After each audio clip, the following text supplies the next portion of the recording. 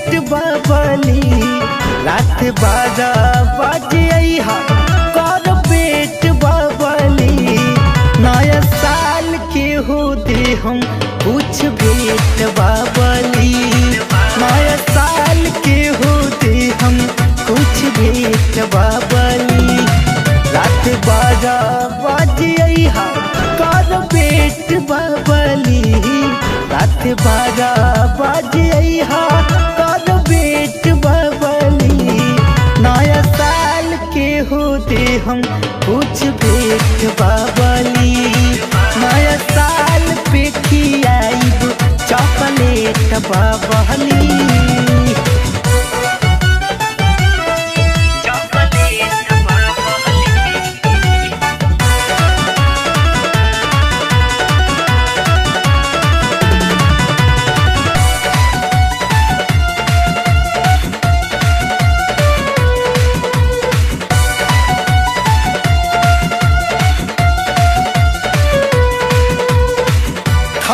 First आइल पहिला हमनी के प्यार के जश्न हो मनावल जाई दूगो पैग मार के।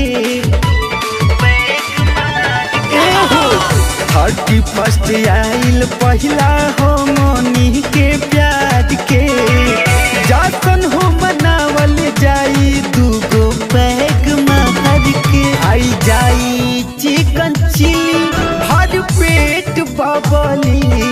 खाई जाई चिकन चिली भर पेट बबली।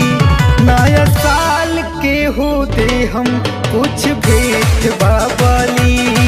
नया साल के हो दे हम कुछ भेट बबली।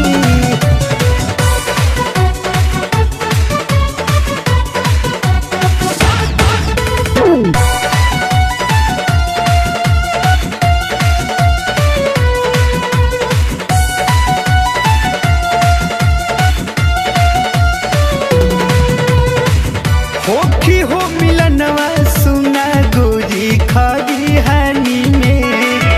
आई नया मोड़ आज प्याज के कहानी में।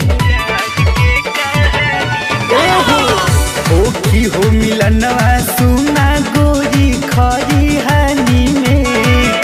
आई नया मोड़ आज प्याज के कहानी में। आई समय से न करी तू लेट बबली। आई समय से न करी तू लेट बबली। नया साल के हो दे हम कुछ भेट बबली। नया साल के हो दे हम कुछ भेट बबली।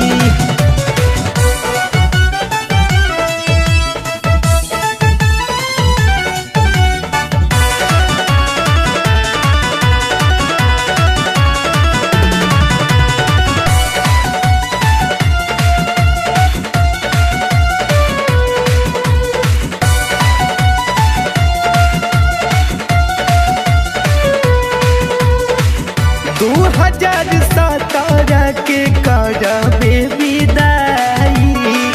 पुआरा बिछा के संग में फिर सुतल जाई। 2017 के करबे विदाई। पुआरा बिछा के संग में फिर सुतल जाई। पहले ईश्वरी कन्हैया कोटि सेठ बबली। कैले भीम अजय दीपक गोटी सेठ बबली। नया साल पे हो काला मामला सेठ बबली।